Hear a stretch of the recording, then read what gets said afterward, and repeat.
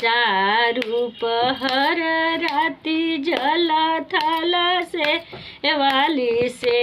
वाली चरण तोहार छठी मैया दर्शन दे हाय अपन जगतारण मैया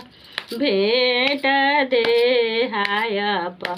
अपना ला मांगिला अवध सिंधोरवा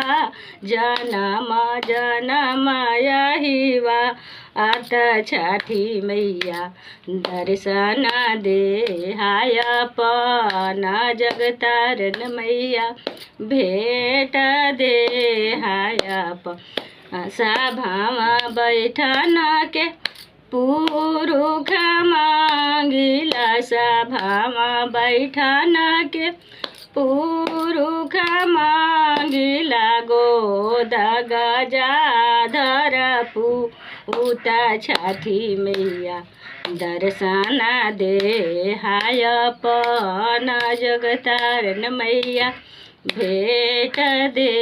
हाय अपन नैहरा में मांगिला भाई रे भतीजवा नैहरा में मांगिला भाई रे भतीजवा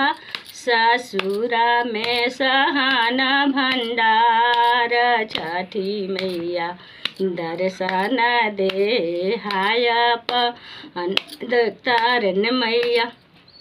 भेंट दे हाय अपन घोड़ावा चढ़न के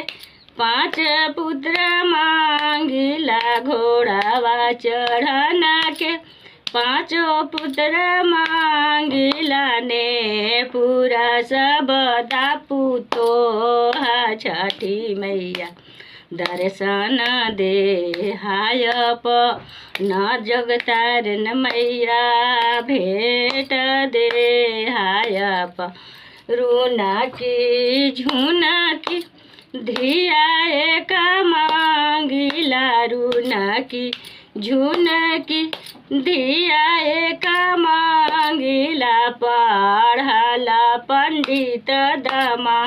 आदा छठी मैया दर्शन दे हाय अपन जगतारण मैया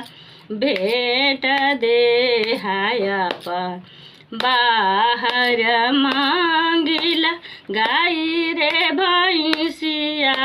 बाहर मांगिला गाई रे भैंसिया भीतर सहन भंडार छठी मैया